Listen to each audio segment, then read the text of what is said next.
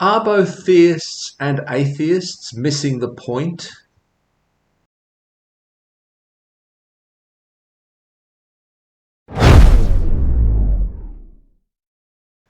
In a previous video, I discussed the concept of truth, with particular reference to the kind of truth an empiricist is looking for, and the kind of truth a theologian may be looking for. A comment on that video got me thinking. They wrote, "Doesn't your argument render the debate over whether God exists meaningless for the believer in the divine and those that lack belief?" And I wonder if that's not actually true. I often find videos by both theists and atheists very annoying, especially when they're trying to address each other's arguments and back and forth. It's often the same with debates I've watched between theists and atheists.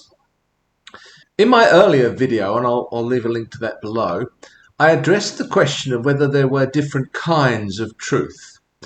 Obviously, I don't want to repeat everything I said in that video, but in particular, I raised the question of whether theists and atheists mean the same thing or are looking for the same thing when they ask whether, for example, the virgin birth was a real event.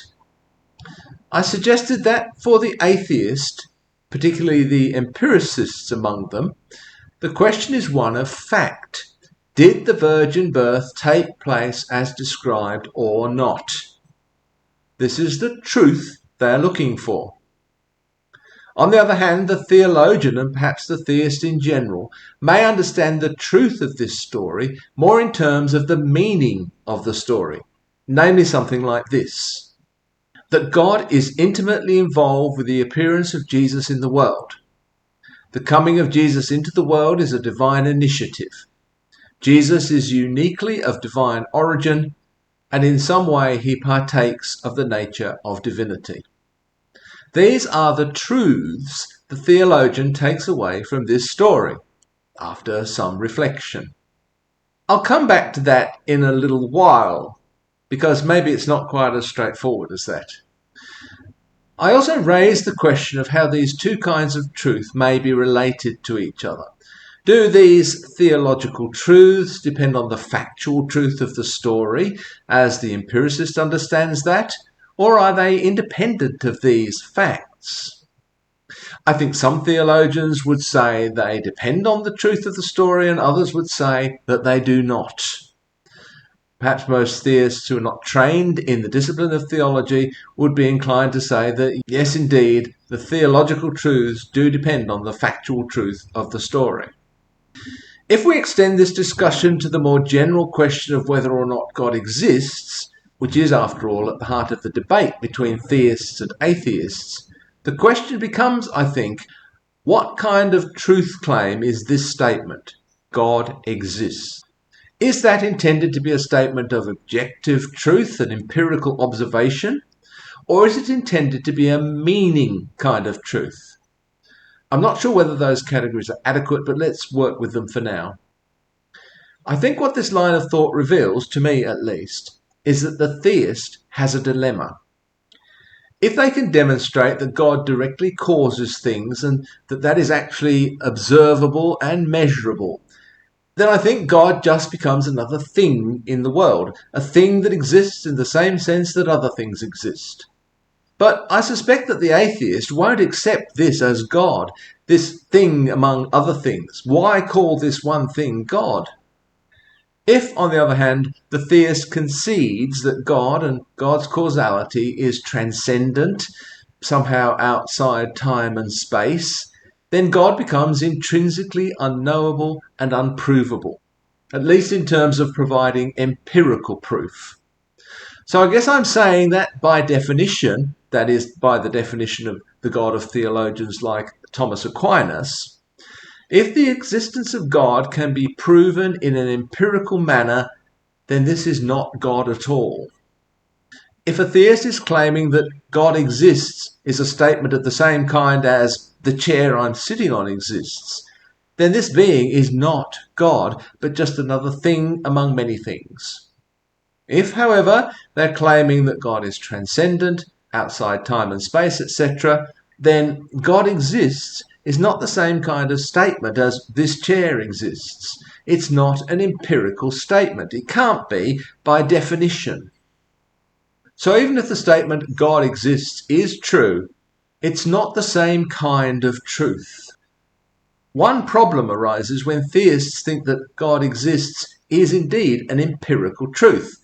It then requires empirical evidence to support it, and let's be honest, they find great difficulty in providing that empirical evidence. Another problem arises when the atheist thinks that the theist is making an empirical claim, when in fact they're not. For this kind of theist, the claim that God exists is not an empirical statement, and here it becomes a little unclear to me. Is it an interpretive truth, as I called it in my earlier video? Is it addressing the meaning of, well, in this case, the meaning of the universe? Is it actually more of a psychological, emotional, aesthetic response to reality, like the response to a painting or a piece of music, which can't be traced or at least reduced to simple physical cause and effect? Or maybe it can, but that's a whole other issue. And if it's that kind of truth, rather than an empirical truth, a kind of truth for me that gives meaning and purpose to my life, what's its relationship to the facts, the empirical, observable, measurable facts? But perhaps I should turn this around. Consider again the question of the virgin birth, or maybe the resurrection. Perhaps there's an interaction here, a back and forth between facts and meaning. Perhaps the story that I read in the universe hints at meaning. It's not difficult to see how this could be the case in earlier pre-scientific times. And people seem to read this meaning in things such as design.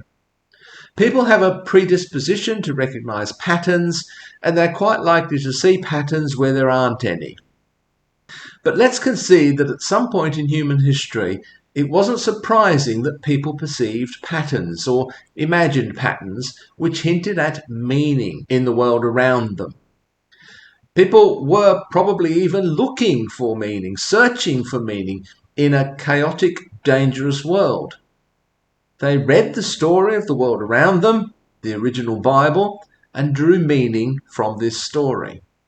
And they may even begin to shape our observations, and maybe they give rise to new stories.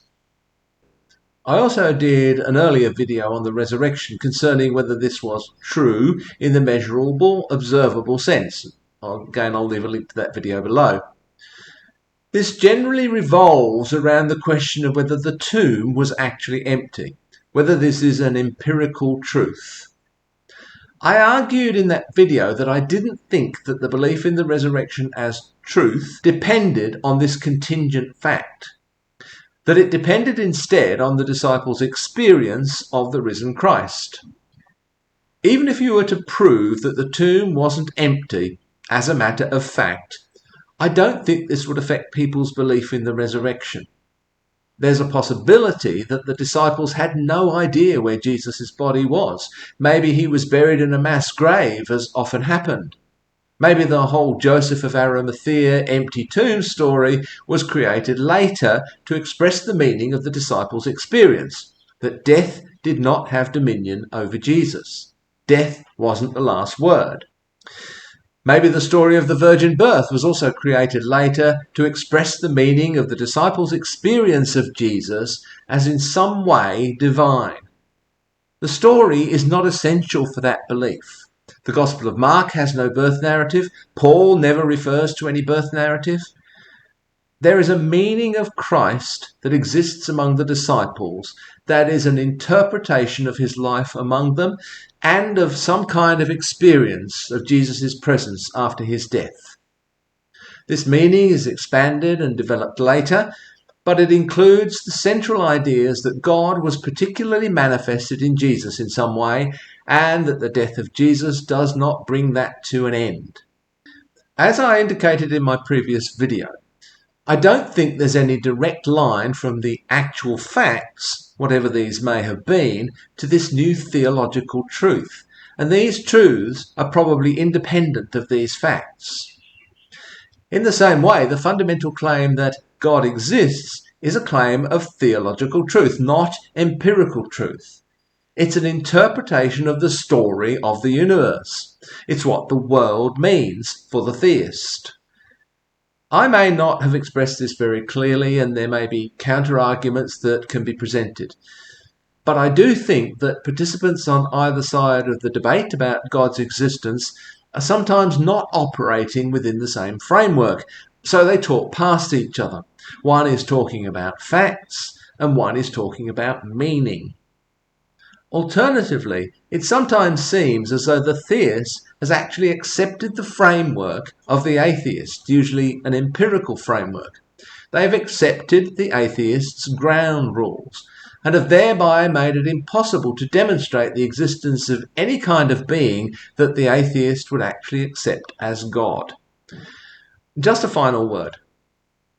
Even if we were all to agree that theological claims were claims of meaning rather than empirical truth, which we'll never agree upon, of course, I think we could still then have lively debates about whether that meaning was valid and, even more importantly, whether it was useful in terms of providing a good way of living in and responding to the world.